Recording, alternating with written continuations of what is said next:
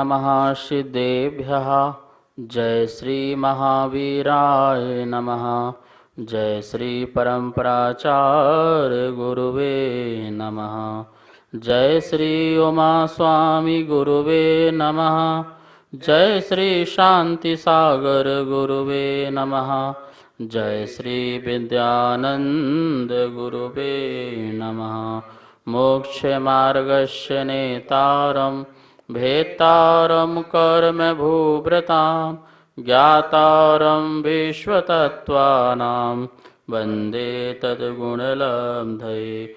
मंगलं भगवान् वीरो मंगलं गौतमो गणी मंगलं कुंद कुंदार्यो जैन धर्मोस्तु मंगलम्। तत्वाशुद्ध परम मांगलिक ग्रंथ है आचार्य कुंद के पट्टे शिष्य आचार्य उमा स्वामी द्वारा यह विक्रम की प्रथम शताब्दी में लिखा गया। सूत्रात्मक शैली है, संस्कृत इसकी भाषा है, 10 अध्याय विभाजित है, 7 तत्वों का वर्णन है। हम सभी लोग तत्वाशुद्ध में 8वां अध्याय जिसमें बंध तत्व नाम का अधिकार समझ रहे थे और इसमें 9वें सूत्र में जो मोहिनी कर्म के भेद चल रहे थे उसमें क्रोध मान माया लोभ की चर्चा चल रही थी। क्योंकि क्रोध मान माया लोभ जो हैं वो 4 कैटेगरी में विभाजित हो जाते हैं, अप्रत्याख्यान, अनंतबंदी, अप्रत्याख्यान, प्रत्याख्यान और संजलन।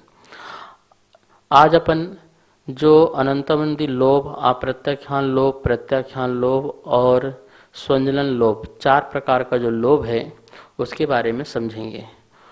आचार्य भगवान ने इन 4 लोभों के 4 प्रकार के दृष्टांत शास्त्रों में दिए हैं। जो अनंतानुबंधी जो लोभ है वो क्रमी राग, इसे क्रमी राग, किरमिच रंग भी कहते हैं। तो दूसरा नाम जो दिया है आचार्य भगवान ने उसे अक्षमल राग दिया है। जो अंजन होता है, काजल होता है उस रंग की तरह, जैसे अपन गाड़ी में लगाने वाला जो ग्रीस होता है वो भी कह सकते हैं। और तीसरा जो आचार्य भगवान ने लोभ जो प्रत्याख्यान संबंधी लोभ है उसका नाम दिया है करदम। करदम मतलब होता है कीचड़, कीचड़ के रंग की तरह। चौथा जो लोभ बताया है संजलन लोभ, वह हारिद्र मतलब हल्दी के रंग के समान। इस प्रकार से 4 रंग के समान जो हैं ये लोभ की परिभाषा बताई है। पहला जो बताया है क्रमी राग। क्रमी राग क्या है? क्रमी राग एक कीट विशेष का नाम है, एक कीड़ा है जिसका नाम है क्रमी राग।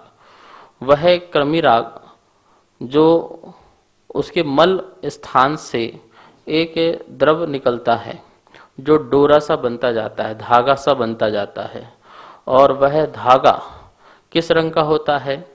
वह जो कीड़ा है जिस रंग को आहार में ग्रहण करता है, मतलब जो से वो भोजन से अपने को तृप्त करता है, वो जिस रंग का होता है उसी रंग का ही क्या निकलता है? वह धागा निकलता है। और उसी धागा को जुलाहा जो है वह नए नए वस्त्रों को बनाता है।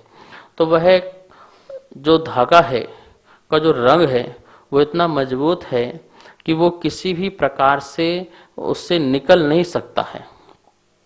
कितने भी उसमें उपाय कर लो उस वस्त्र का जो रंग है वो रंग दूर नहीं हो सकता है, अर्थात वह रंग धूप से उड़ भी नहीं सकता है, अनेक प्रकार के केमिकलों से भी अलग नहीं हो सकता है। आप इसमें पाउडर से भी साफ करो, गर्म पानी से भी साफ करो, क्षार जल से भी साफ करो, तब भी वह उसका रंग जो है बाहर नहीं निकलता है, उसका रंग नेचुरल होता है। ऐसा जो रंग वाला आत्मा अर्थात ऐसी लोभी आत्मा जिसके लोभ के अमिट संस्कार पड़ जाते हैं, इतने कठिन और कठोर लोभ के संस्कार पड़ जाते हैं जिसके कारण वो मरना पसंद करता है, लेकिन किसी भी पर पदार्थ से जो राग है या लोभ है उसको समाप्त नहीं कर पाता है। ऐसा अनंतानुबंधी वाला जो तीव्र लोभ वाला जो प्राणी होता है वह इस लोभ के वशीभूत होकर के पर पदार्थ में इतना आसक्त हो जाता है, विषयासक्त हो जाता है कि अपना जीवन भी गवा देता है। और ऐसे एक जीवन नहीं अनंत जीवन गवा देता है इस लोभ के वशीभूत होकर के। तो आचार्य भगवान ने इस रंग के माध्यम से, मतलब आप ये समझ सकते हैं कि ऐसा कोई रंग है जिसको आप खारे जल से, केमिकल से या अग्नि में भी डाल दो तब भी वह कैसा रहे, उसका रंग जो है वैसा ही बना रहे, वह रंग उड़े ना।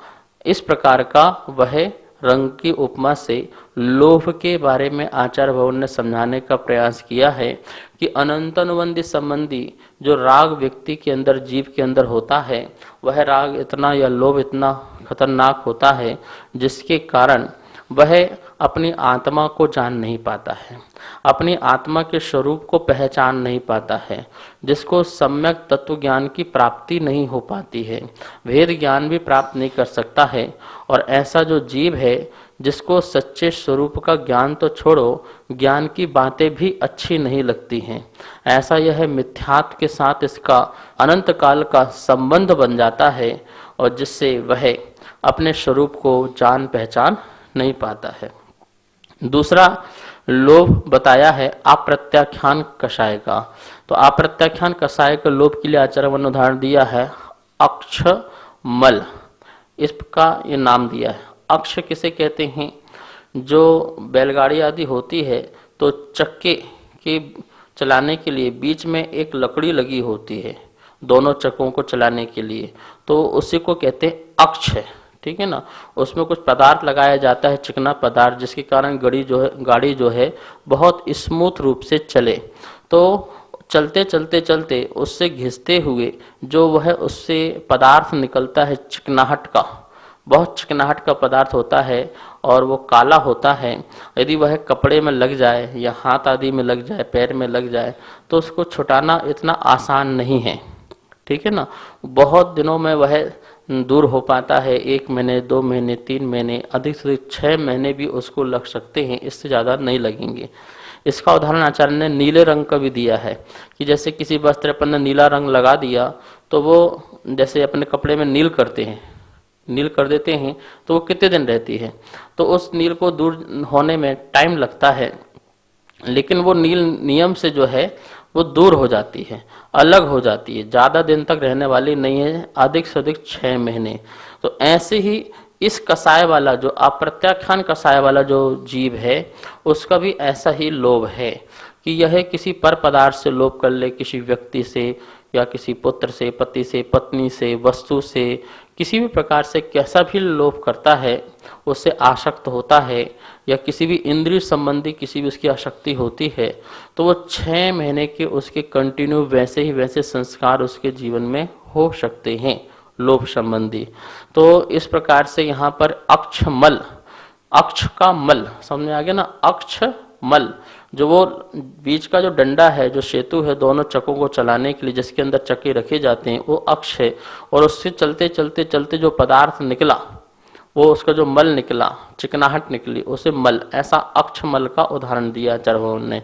तो इस प्रकार का अप्रत्याख्यान बनी लोभ से आत्मा पर वैसा ही रंग चढ़ जाता है जैसे कि नीला रंग का किसी वस्त्र आदि पर चढ़ जाता है। परिणाम यह होता है कि ज्यों ही जीव अपने आप को ज्ञान रूपी जल में से धोता है, त्यों ही आत्मा ही तुरंत ही शुचि और स्वच्छ हो जाती है। इस कसाय से इतना ज्यादा वह नहीं है कि वह अपनी आत्मा को ना जान सके। जैसे कि वो रंग अक्षमल का लग गया, तो ऐसा रंग भी नहीं है कि पुरुषार्थ पूर्वक पूरा इसको अलग ना किया जाए, अलग किया जा सकता है। ऐसे ही अप्रत्याख्यान कषाय के लोभ के उदय में भी व्यक्ति जो है अपने आप को जान सकता है, सम्यक दृष्टिपन भी बन सकता है, सम्यक को प्राप्त कर सकता है और अपने आत्मा के स्वरूप को भी पहचान सकता है, ठीक है ना। तो इस प्रकार से यह आत्मा को शुचि, पवित्र और पावन और पुनीत भी कर सकता है। तीसरा जो लोभ है उसका आचार्यों ने उदाहरण दिया है प्रत्याख्यान जो लोभ है, उसका उदाहरण है करदम। करदम कहते हैं कीचड़ को, जो थोड़े से पानी से मिट्टी जो है कीचड़ का रूप ले लेती है, और इस कीचड़ को यदि हम साफ करें, जैसे अपने पैर में, हाथ में कहीं भी कीचड़ लग जाए या कपड़े में कोई कीचड़ लग जाए, तो इसको साफ आसानी से किया जा सकता है। ठीक है, उसका दाग धब्बा जो थोड़ा सा दिखेगा, लेकिन वो भी ठीक हो सकता है। जैसे कपड़े में कीचड़ लग जाए तो 2, 5, 4, 6, 7, 8, 9, 10 या 15 दिन, इससे ज़्यादा नहीं। 15 दिन के अंदर वह कीचड़ जो है बिल्कुल साफ हो जाएगा, पता भी नहीं चलेगा कि उस वस्त्र में कीचड़ लगा था या नहीं था। अथवा तुरंत भी साफ हो सकता है, जैसे अपने हाथ पैर में लगाया, पानी डाला, तुरंत भी साफ हो सकता है। तो ऐसा ये अप्रत्याख्यान लोभ होता है। यदि इसका उदय है और इसके उदय काल में यदि कोई अनुवृत्ति है, प्रतिमाधारी है, और उसको लोभ आ जाए किसी विषय वस्तु को देख करके 5 इंद्रियों के प्रति, तो उस लोभ को वो कंट्रोल कर सकता है। उसके उदय में भी वह अपने को जान सकता है, उसके उदय में भी वह व्रतों का पालन कर सकता है, एक देश रूप व्रतों का पालन कर सकता है। सर्वदेश आसक्ति त्याग तो नहीं कर सकता है, लेकिन एक देश आसक्ति उसकी त्याग हो सकती है। तो यहाँ पर यह प्रत्याख्यानवर्णी लोभ जो के उभार की गीले कीचड़ के साथ तुलना की गई है। फलतः ज्यों ही प्राणी आत्मा को शास्त्राभ्यास रूपी जल से भली भांति धोता है, त्यों ही इस लोभ का नामो निशान भी आत्मा से गायब हो जाता है। व्यक्ति जो है शास्त्र रूपी जल से ज्यों ही अपने आत्मा को धोता है, तो ये लोभ भी क्या होता है, तुरंत गायब हो जाता है। अब एक लोभ और बचा हुआ है, सुंजलन संबंधी लोभ। तो उसके लिए आचार्य ने उदाहरण दिया है हारिद्र। हारिद्र मतलब होता हल्दी, हल्दी का रंग, वस्त्र में चढ़ा हुआ हल्दी का रंग।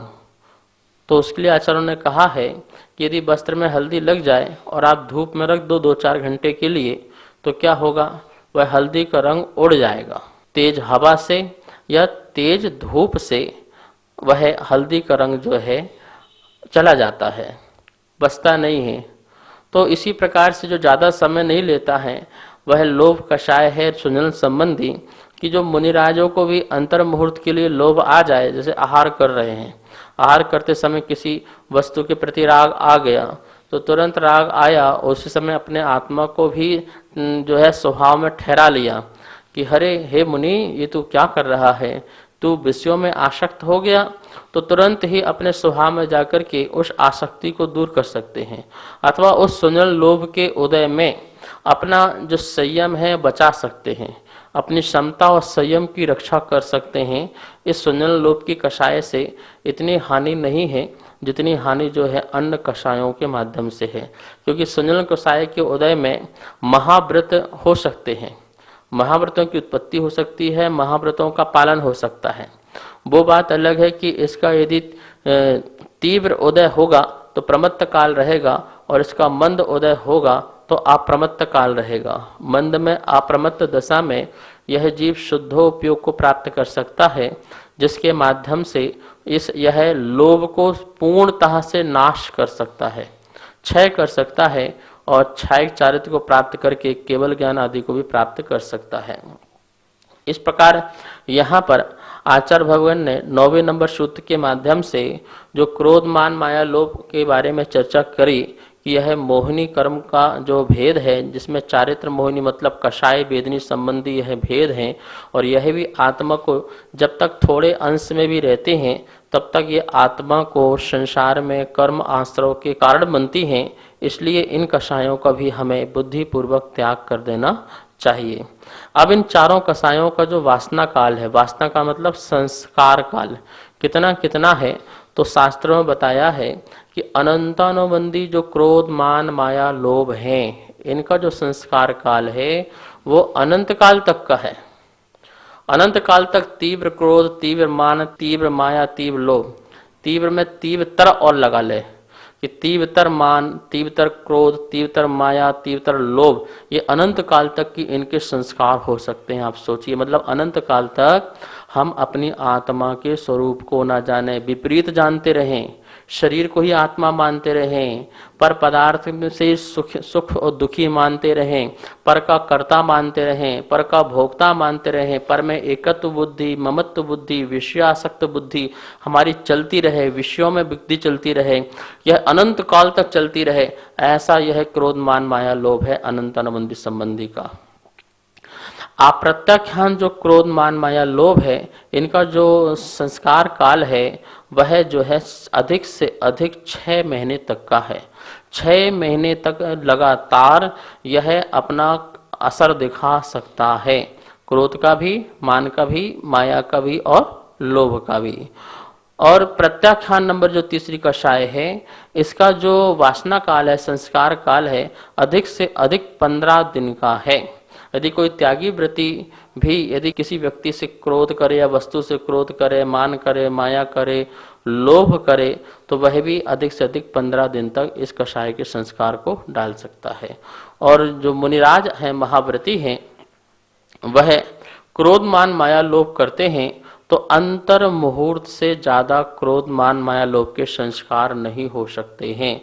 इसके बाद नियम से वह संस्कार टूट जाएंगे और पुनः कोई दूसरे संस्कार आएंगे, लेकिन वो संस्कार नहीं रहेंगे जो पुराने संस्कार थे। तो इस प्रकार से यह यहाँ पर अपन ने इस सूत्र के माध्यम से आचार्य भवन के द्वारा जो मोहिनी कर्म की बातें थी कि जो 9 कषाएं हैं, 16 कषाएं हैं, दर्शन मोहिनी के 3 भेद हैं, किस प्रकार से हमारा दर्शन जो मोहिनी है हमारे दर्शन गुण का घात करती है, और चारित्र जो मोहिनी है हमारे चारित्र गुण का घात करती है, और दोनों मिलाकर के हमारे आत्मा का सुख नाम का जो गुण है उसका घात करती है, बाधा पहुंचाती है। इस बात में हमने यहाँ पर चर्चा करी, आपने समझा भी। अतः हमें ये जो मोहिनी कर्म है इसी को ही 6 करने के लिए सबसे बड़ा पुरुषार्थ करना चाहिए। 8 कर्मों में यदि हमें पुरुषार्थ करना है 6 करने के लिए, तो इस मोहिनी कर्म के लिए ही हमें करना चाहिए। यहाँ तक अपन ने 4 कर्मों को समझा। अब 5वां जो कर्म है आयु कर्म, आचार्य भगवान 10वें सूत्र के माध्यम से आयु कर्म के 4 भेद करते हैं। आइए सबसे पहले उस सूत्र का बोर्ड के माध्यम से उच्चारण करते हैं और फिर इस सूत्र की व्याख्या करते हैं। अष्टम अध्याय का सूत्र नंबर 10वां, नारक नारक तैर यज्ञोन मानुष दैवानी। देखिए फिर से, नारक तैर यज्ञोन, यहाँ राग को नीचे लाएंगे, तैर यज्ञोन नातक मानुष दैवानी। ठीक है, नारक तैर्यज्ञोन मानुष्य प्लस दैवानी, ये पूरा जो है एक समस्त समास बन गया बहुवचन में। तो पहला है नारक आयु, दूसरा है तैर्यज्ञोन आयु, तीसरा है मानुष आयु, चौथा है दैव आयु। ये नारक आयु जो है नरक भव के संबंध होने से, नरक आयु का संबंध होने से नारक आयु बना। त्रियंच आयु का संबंध होने से तैर्यज्ञोन आयु बना। मनुष्य आयु का संबंध होने से मानुष आयु बना, और देव आयु का संबंध होने से यहाँ पर दैव आयु बना। ठीक है ना। तो इस प्रकार से अपन इसे शॉर्ट में कहते हैं नरक आयु, त्रियंच आयु, मनुष्य आयु और देव आयु। ठीक है, ये 4 प्रकार की आयु होती है। आयु किसे कहते हैं? जो जीव को एक किसी भव में क्या करे, भव को धारण करने में कारण बने, भव को धारण करने में जो कारण बने उसे आयु कहते हैं। आत्मा को जो किसी भी एक भव में रोक के रखती है, जैसे हम मनुष्य में हैं तो हमारी आत्मा को मनुष्य पर्याय में रोक कर किसने रख रखा है? तो मनुष्य आयु ने। इसी प्रकार से त्रियंच में कोई जीव है तो उसको त्रियंच दशा में किसने रोक रखा है? तो त्रियंच आयु ने। कोई देव पर्याय में कोई देव है तो उसको देव पर्याय में किसने रोक रखा है? तो देव आयु ने। और नरक में कोई नारकी जीव है तो उसको नरक में किसने रोक रखा है? तो नरक आयु में। तो इस प्रकार से यहाँ पर 4 आयु का वर्णन यहाँ पर सूत्र में है। आयु कर्म के 4 भेद होते हैं, नारक आयु, तैर्यज्ञोन आयु, मानुष आयु और देव आयु। यहाँ पर द्रव्यार्थिक न्याय की अपेक्षा से जो है 4 भेद आयु के हैं। पर्यार्थिक न्याय की अपेक्षा अपन भेद करें तो यह असंख्यात लोक मात्र भेद बन जाएंगे, क्योंकि एक एक पर्याय में भी, जैसे मनुष्य पर्याय है या देव पर्याय है, उसमें भी कितने प्रकार के जीव होते हैं जिनके अपने अलग अलग आयु कर्म हुआ करते हैं। तो इस प्रकार से अपन पर्यार्थिक न्याय की अपेक्षा से आयु कर्म के भेद करते हैं तो यह भी असंख्यात लोक मात्र हो जाएंगे, क्योंकि इतने प्रकार के आयु कर्म के उदय जीवों के देखे जाते हैं और देखने में आते हैं। इसलिए असंख्यात लोक प्रमाण भेद जो है आयु कर्म के भी भेद बन सकते हैं। अब अपन पहला यहाँ पढ़ते हैं, नारक आयु किसे कहते हैं। आचार्य भवन ने बताया है, जिसके निमित्त से तीव्र शीत उष्ण वेदना कारक नरकों में दीर्घ काल तक प्राणी जीवित रहता है, वह नारक आयु है। ऐसा राजवार्तिक का कथन है। वे कहते हैं कि जहाँ पे तीव्र और उष्ण वेदना मिलती हो, वेदना के कारण मौजूद होते हैं। आप देखिए नरकों में क्या है, तीव्र वेदना शीत की भी है और उष्ण की भी है। तो यह दोनों प्रकार की जो वेदनाएं हैं वहाँ पे मिलती हैं, और भी शारीरिक वेदना भी है, मानसिक वेदना भी है, क्षेत्रजन वेदना भी है। तो इस प्रकार से नरकों में जो 7 प्रकार के नरक बताए हैं, धम्मा, वंसा, मेघा, अंजना, अरष्टा और अष्टवी, तो इस प्रकार से 7 प्रकार के जो नरक कहे हैं, इसमें रहने वाले जीवों को नाना प्रकार के दुख प्राप्त होते हैं। तो इस प्रकार के नाना प्रकार के दुखों में, नरकों में दीर्घ काल तक जो जीव को रोके या वहां पर प्राणी को जीवित रखे, वहां पर उसको जीवित रखे वो दुखों को भोगने के लिए, तो उसे कहते हैं नारक आयु। आचार्य भगवान अनेक प्रकार से यहाँ पर बताते हैं, कहते हैं जो कर्म नरक भव को धारण कराता है उसे नारक आयु कहते हैं। ऐसा धवला की पुस्तक 13वीं में कहा है, नरक भव को धारण कराता है। देखिए भाव तो हम करते हैं, लेकिन यहाँ पर कर्म को निमित्त रूप से बताया गया है। देखा जाए तो हमारे भाव ही निमित्त हैं संसार में भ्रमण कराने के लिए। नरक आयु हमें कोई ले जा नहीं सकता है जब तक हम स्वयं न जाना चाहें। किसी भी आयु में हमें कोई जबरदस्ती ले जाने वाला नहीं है। कर्म भी चाहे तो और परमात्मा भी चाहे तो हमें कहीं भी कहीं पटक नहीं सकता है। हम ही अपने आप को संसार में पटकते हैं, अपने आप को ले जाते हैं। चारों आयु में यदि हम घूमते हैं तो अपने कारण से घूमते हैं, अपने संक्लेश परिणाम, ये संक्लेश परिणामों का ही फल है नरक आयु। जीव जो है अति शोकाकुल, अति दुख, अति वेदना युक्त या अत्यंत संक्लेश परिणाम सदा इसके रहते हैं, तो उस समय आयु कर्म का बंध बनता है, तो वह नारक आयु का बंध बनता है। नरक में धारण कराए वो नारक आयु है, जो नरक में ले जाए। नरक एक स्थान है, देव एक स्थान है, तो मनुष्य लोक एक स्थान है, त्रियंच लोक एक स्थान है। ये स्थान के नाम हैं, ध्यान रखना। नरक एक स्थान है और उस नरक में जो हमें ले जाए, उस नरक भाव का जो कारण बने, उसे नारक, नरक से क्या बन गया नारक, उसे नारक आयु कहते हैं। इसलिए आप देखो सूत्र में नारक लिखा है, नरक से नारक बना, नरक में कारण बने ले जाने में, उसे नारक आयु कहते हैं। जो आत्मा को नारक शरीर में धारण कराता है वो नारकायुष्क है। नरक आयु कर्म के उदय से प्राणी अचिंत वेदना वाले नरकों के बिलों में, जिसके सुनने से करुणा हो आवे, ऐसे शब्द उत्पन्न करते हुए उत्पन्न होते हैं। मतलब वो नारकी इतने शब्द करते हैं कि जिसको सुन करके बहुत करुणा आ जाए अपन को, लेकिन उनकी पुकार सुनने वाला वहां कोई नहीं होता है। इस प्रकार से वहां पर अनेकों प्रकार के दुख भोगने में जो कारण बने, वह ऐसी प्रकार की आयु होती है, वो नारक आयु कहलाती है। दूसरा है त्रियंच आयु। त्रियंच आयु जिस कर्म के उदय से जीव जो है स्थावर या त्रस पर्याय में जाकर के उत्पन्न होता है और वहाँ पर सिर्फ दुख ही दुख भोगता है। सुख का तो नाम लेस भी नहीं है, दुख ही दुख भोगता है। जैसे क्षुधा, पिपासा, शीत, उष्ण आदि अनेक प्रकार के दुखों को भोगता है। भूख प्यास लगती है और वह किसी से बोल नहीं सकता, किसी से मंगा नहीं सकता है। इस प्रकार के अनेक प्रकार के, गर्मी ठंडी लगती है, इस प्रकार से उसे कोई साधन नहीं मिलते हैं तो वह बहुत ही अत्यंत दुखी रहता है। ऐसी पर्याय में जो कारण बने वह तिर्यंच आयु कहलाती है, उसे तैर्यज्ञ आयु कहते हैं। तिर्यंच आयु का कारण होने से उसे तैर्यज्ञ आयु कहते हैं।